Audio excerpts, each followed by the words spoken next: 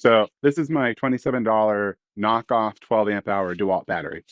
I just got from Temu, and I'm a little suspicious, to be honest, because for starters, this is a $320 battery from DeWalt. Also, it is physically lighter and smaller than an authentic DeWalt battery. But is it a scam or potentially a really good deal? I have my thoughts, but let's see if we can prove it out. Um, I asked AI how I can tell the amp hours of this battery. So what we're going to go over in this video is actually that plan. And then also, if you're nervous about cheap lithium-ion batteries spontaneously combusting like I am, I think I also have a solution for that too. But before we get into that, I got to go ahead and clean this area up because it's not really set up for what we're going to do. So let me go ahead and do that, and we'll get back to it. All right.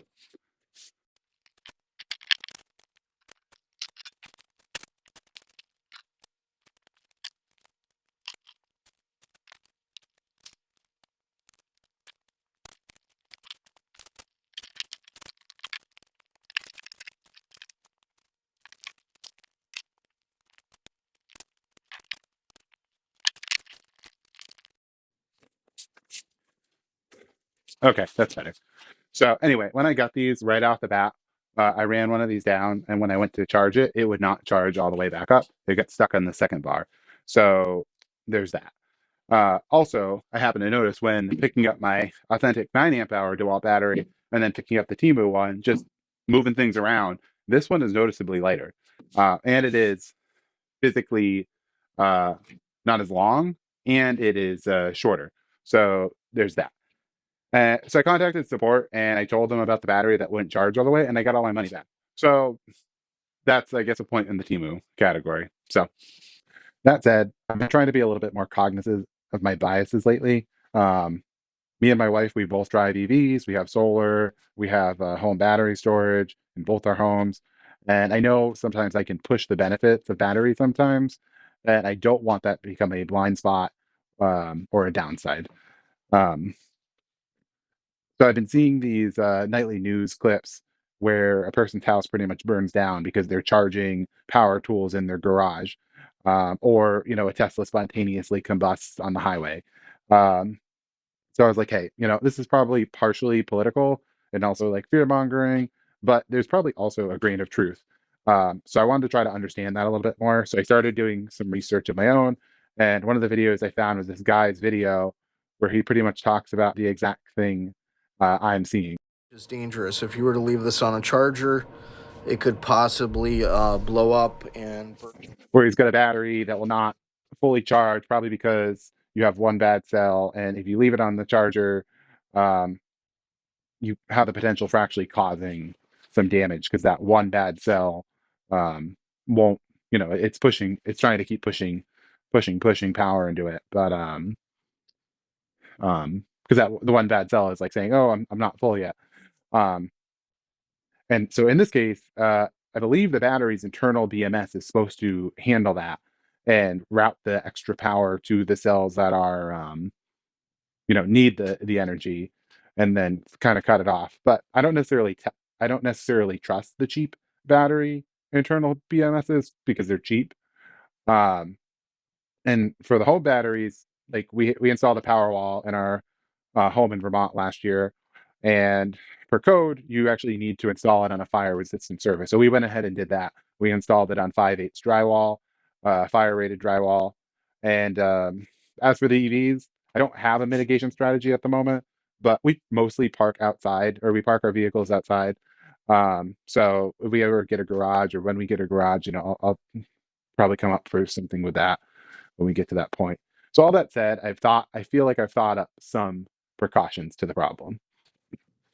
So this here is my new Vevor fire cabinet that I just picked up on Temu for $97. It's 17 by 17 by 22. And my plan is actually to move all of my chargers into here and charge my batteries from in here from now on. I'll store the charged batteries somewhere else, so I don't need space for that.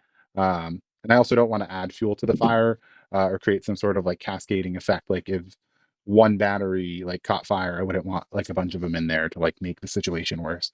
And I'm also not really worried about batteries at rest catching fire. It's most likely gonna, if it was going to catch fire, it would be during use, either charging or using it outside. The other thing I did is I actually picked up this $16 dumb timer, so I can actually physically disconnect the charger when it's done. And as a bonus, I've created a little cheat sheet that I'm going to plaster on the front, which will have the different chargers and battery combinations, and the based on that charger's current rating and this battery 12 amp hours. I can do the math and I can figure, this would take an hour and a half for it to charge on my preferred charger. So then I just come in here, I hit the button 3 times, I get 90 minutes, and then I'm confident that the charger is not going to pump a bunch of extra battery or pump a bunch of extra current into the battery if it was defective or if it failed. And then one other important caveat: this is a flammable liquids cabinet. It's fundamentally different. Where my cabinet is made to keep fire from getting in. A battery fire or a battery cabinet is actually the fire is going to start inside, and it's going to create its own oxygen, and it's going to create a bunch of like toxic fumes, and it would essentially turn the cabinet into a pressure cooker, and it would eventually blow the door off or much worse. So you need to find these circular bung caps. Mine are on the side, and you want to remove them. So that way it would never be there would never be possible for this to get pressurized and to get to that point. And it's probably also a good idea that you make sure you have a fire alarm nearby.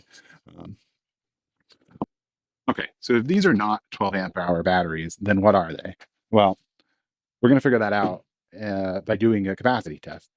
And we do this by hooking up a fully charged battery to a constant load. Once we have that constant load, we can actually figure out how many amps it's drawing by measuring its current with a clamp-on amp meter. Then we run a timer and we figure out how long it takes to go from a fully charged battery to a dead battery. Once it dies, we'll be able to multiply the amps drawn by the hours that the battery took to die. Put another way, let's imagine we have a 6 amp hour battery. Now imagine I have a work light that draws exactly 1 amp hour or 1 amp per hour. If I run that light for 6 hours, we will have consumed 6 amp hours or 6 amp hours. Now let's say I have a 12 amp hour battery. We start the clock and it goes the full 12 hours. We can then say it is a true 12 amp hour battery. If it lasts 5.5 hours, we would say it is a 5.5 hour battery. Make sense? Great. Okay, so what I have here is this little fan that I bought on Temu that plugs into a DeWalt battery. This is probably as good as anything we could use for this test. Of course, I could try to pick a item like a drill or a saw that has a higher draw, and that's going to obviously speed up the process. But I think by going with something like this um, is going to allow us to go a little bit slower, but also more.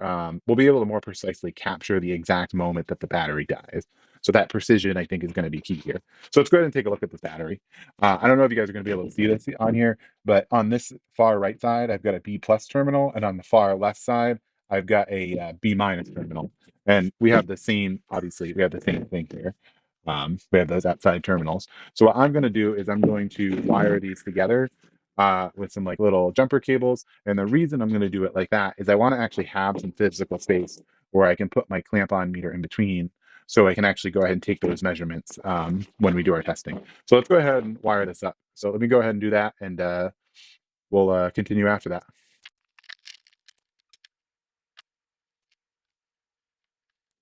By the way, I love this little like it's a set for my meter, but it came with like all these little accessories. So like I've got my probes here. I've got these like little like thin ones that fit in really well.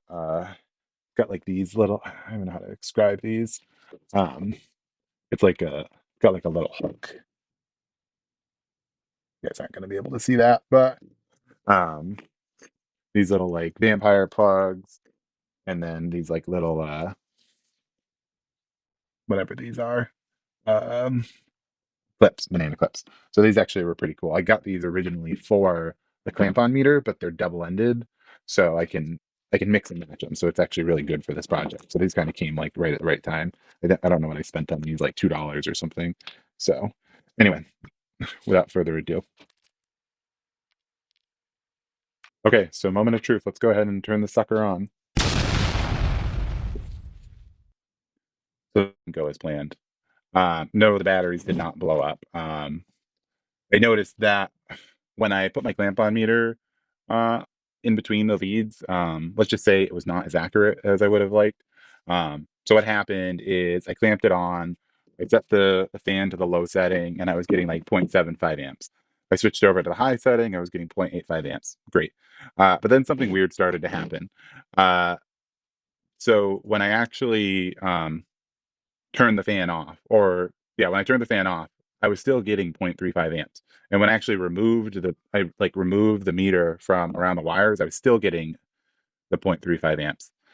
So I conferred with AI on this, and it was pretty much like it's the magnetism of the earth or interference from like other devices. And um, it said I could zero it out to account for the interference, but it also said stuff like you have to like hold the meter like very like in the exacting position. Any movement like can cause the measurements to shift, and likely over time it was going to shift anyway. So at this point, I remember I have these little volt amp meters that I picked up on AliExpress for my solar trail cam battery box. So, but the issue is that I actually burned up a lot of these the wiring harnesses that were supposed to plug in. I still have this like half the wiring harness, the other half I don't have. The other problem is I don't remember how to wire these up. Um, So I took a picture of it and I fed the board into Gemini, and it told me that this was a common board, where the wires go, and I went ahead, I did a test fit up, and I confirmed that I can now use this. So Gemini also told me the name of this connector conveniently, but I don't remember what the name is. So anyway, so let's go ahead, see if I can get these more properly wired up, and then we can rerun the test. Okay, so I'm just sitting here editing this video, and I realized there was like one more like segment that I wanted to fit in. So that, and it's pretty much like what video do I do next? I have some ideas, but I wanted to run them by you guys to get some ideas or to get some feedback. So what I have is my first idea is I ordered a box blade for the tractor in Vermont on Temu. I got it for like dirt cheap, like I don't even remember what I paid for it. It was like practically free. But I think that's probably gonna have to like be extended into like two videos, like one being like the unboxing and like the assembly and all that, and then kind of getting a feel for it. And then ultimately probably there's gonna be some like modification on it. I know I'm gonna do some modification, but I kind of want to run it as is to like get a feel for it. Then I can like more fine tune my plans for the modifications. So that's for a we're gonna like redo the driveway up at our house in Vermont. So I got the box blade for that. Number two is I got one of those Holtz Forma knockoff, still Chinese knockoff saws, chainsaws. It's like a 92 cc. I have a 36-inch bar for it, and I actually just ordered the Alaskan sawmill equipment. So I'm going to be upgrading my sawmilling in Vermont. So probably an unboxing of that Holtz Forma saw. So getting a look at that. And then obviously like going back to the snowblower videos, now that the weather is getting a little bit nicer, doing the 275-gallon IBC tote electrolysis. So dipping the whole snowblower um, auger housing in the IBC tote, or those larger parts really, and stripping the paint and trying to get that down to bare metal so I can get that ready for paint. But yeah, I just wanted to throw that out there, get your guys' feedback. Obviously, it also transparently comments help the YouTube algorithm, and that helps me. And also, if you guys could like the video, um, that helps me. So I appreciate that. So thanks for hearing me out. Let's get back to the video. Okay, so I've gone ahead and got everything all wired up now. Obviously, it's a little bit of a mess, but it'll work. So you can see now here, I've got my meter propped up here, and then back here, I've got my shunt screwed into the table and everything all wired up. This will be acting as a replacement for the clamp-on meter I mentioned earlier. And so this is actually going to be more accurate in one aspect in that we won't have that current drift or that interference we were getting with the clamp-on meter. However, one thing I didn't think of is that this meter only has 1 decimal point of accuracy versus with the clamp-on meter we had 2. This should be good, but it's just it's worth pointing out. Another note on accuracy as a bonus. I hadn't considered this, but when I was chatting with AI, it had warned me that as the battery drifts towards dead or the voltage drops, the current draw is actually going to shift as well. So we'll combat that actually by taking the starting amperage and the final amperage and then divide by 2, and then that will give our average for the whole experiment. Also, it did occur to me that my cheap Temu fan may not actually last the entire experiment and may kick the bed, especially if we're talking about a 24-hour continuous duty test.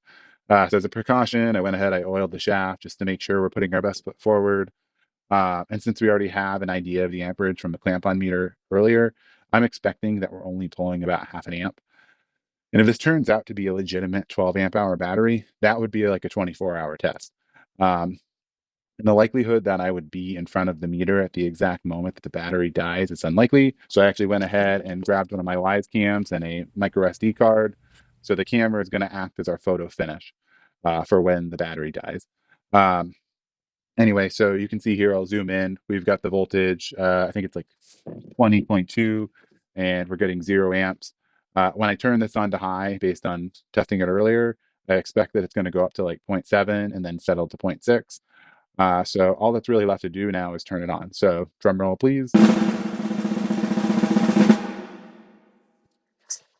Okay, here we go. And it looks like I'm getting 0.6. So let's go ahead and get the view from our camera.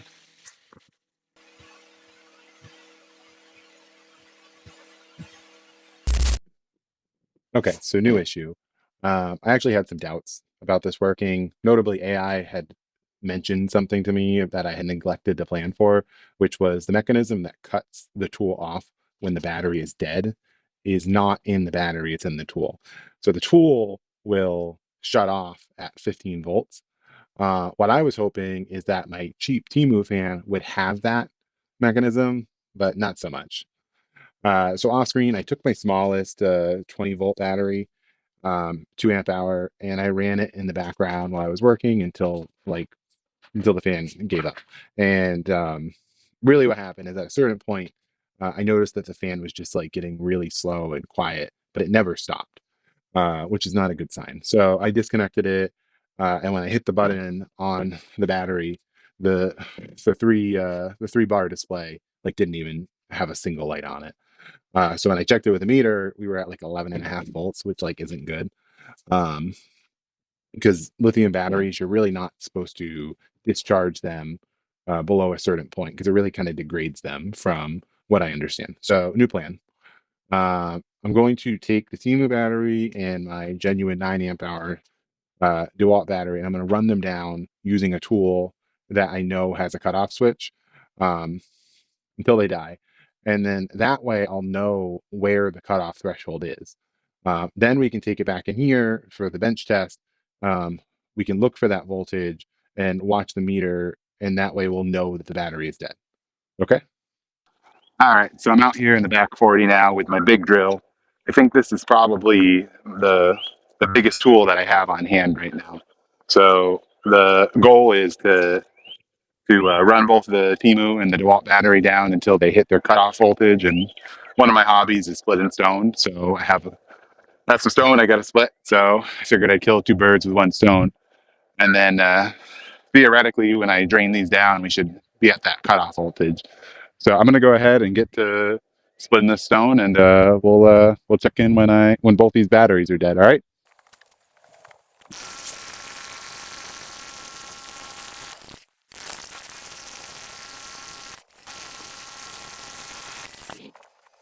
Okay, so I'm back at the bench now, and I just pulled the numbers. So we have 14.32 volts on the Temu and 15.4 on the DeWalt. 15.54 on the DeWalt. However, it's a little bit more complicated than that. Um, so when I was running the Temu battery, it actually gave up at like 2 bars originally. So it's been a few hours, and just now when I took the voltage, it was around like 19 and a half. So I was like, that's not right. So I took it back outside and I was able to drill like 1 more hole. But even when it quit this time, like you wait a couple seconds and you pull the trigger to try to like get as much as you can out of it.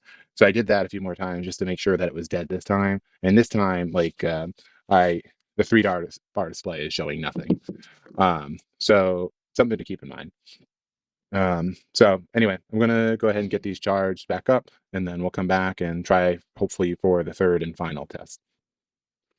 Okay, so I'm back now and I've got everything all hooked up. You can see now that we have a full battery or full battery voltage because we got 20.3 volts and 0 amps. So all we got left now to do is turn the fan on. So let's go ahead and do that. Okay, so let's see. We are getting 0.6 amps, which is what we were expecting. So let's go ahead and go to our camera. So we can see here that the fan kicks on exactly at 9:54 and the amperage shoots up shortly after to 0.6 amps. So we have our starting timestamp, and so now we wait. Okay, so just sitting here in the living room doing my work, and I put the camera up on the TV so I can kind of keep an eye on it, and I realized that it's really kind of hard to see if the fan's running or not. So I actually just went ahead and I threw some tape on there. So we're only about an hour in, but I just wanted to share that little tweak. All right. One eternity later.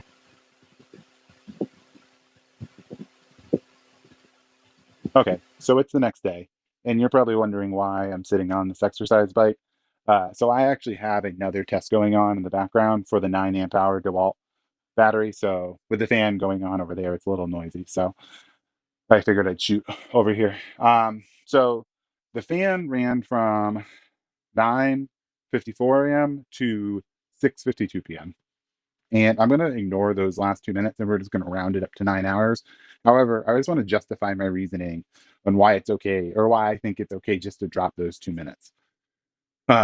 So when I was upstairs and I was watching the experiment on my camera, and I noticed that the battery was dead, it was already at about 14.7 volts.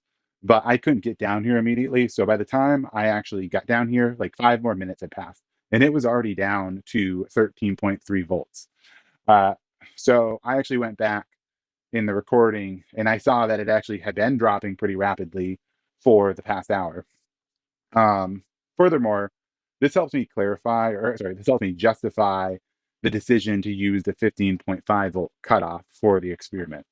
If you remember earlier in the video, the DeWalt had died at 15.54, and the Temu had, through a little bit extra effort on the drill, died at 14.32.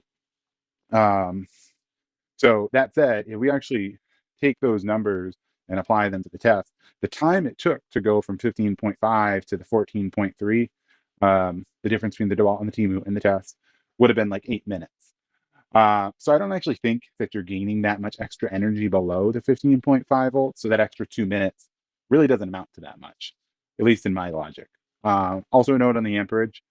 I had said we were going to take the start and the end amperage and then divide them.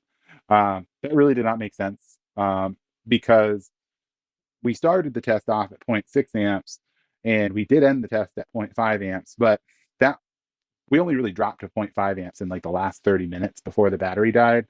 So that didn't really make sense.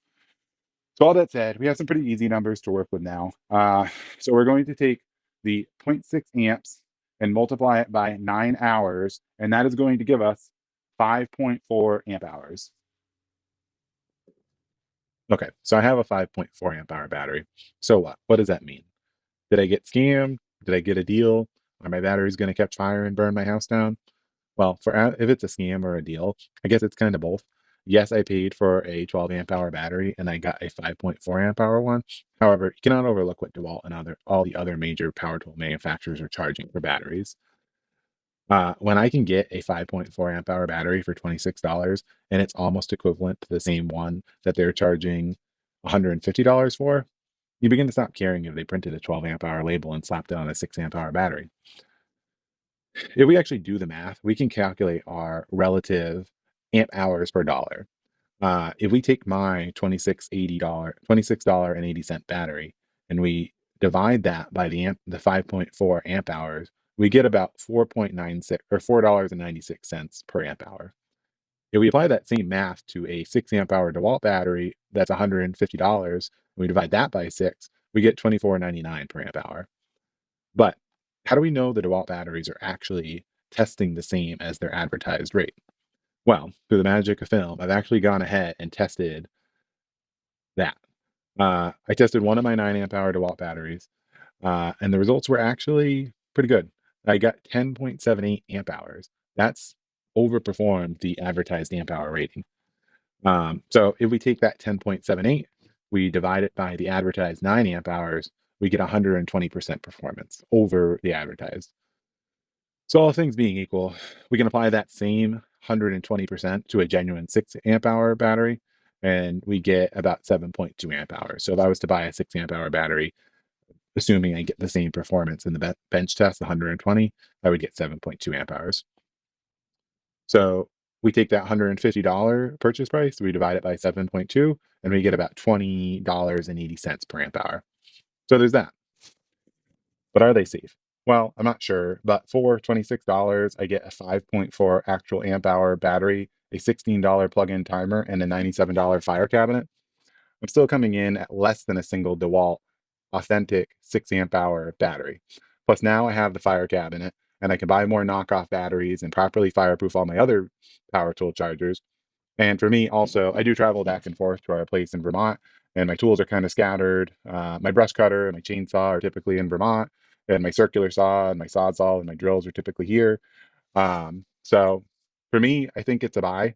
Um, to be able to have those batteries, extra batteries in each place, especially when you start getting into things that really chew through batteries like chainsaws, etc., hammer drills. So for you, maybe not. I guess it all depends on your level of risk tolerance, but let me know in the comments. Hopefully this video at least helped you understand the economic side of the decision making, but at least went into it from my perspective. And one final point. I just wanted to call out the Temu battery not wanting to keep going after hitting that 19.5 volt threshold that we saw when I was out here drilling the holes, and then eventually being able to come back after a break and then drill one more hole. I'm not sure exactly why it did that, but my guess is that the lower amp hour batteries probably struggle to keep up with the high amp tools, probably because they eat through batteries so quickly compared to the lower current devices like the fan. So I would say probably this is not for high draw continuous duty devices like using it as a hammer drill, going back to back to back. So if I have an opportunity, as I have an opportunity to continue to test these batteries, I'll make sure I provide an update in the comments. So if you watched the video this far, I just want to go ahead and say thank you and I appreciate it. It's probably the video that I put the most amount of effort into out of all my videos, so I hope you liked it. I went into this like a little bit of a roller coaster. It probably didn't seem like it on your end, but I went into this thinking the battery was like definitely going to be around like 6 amp hours. But like when we got out there and I started doing the drilling, I started getting a little bit worried. I'm like, crap. I'm like, I don't even think this is going to like make it to 2 amp hours.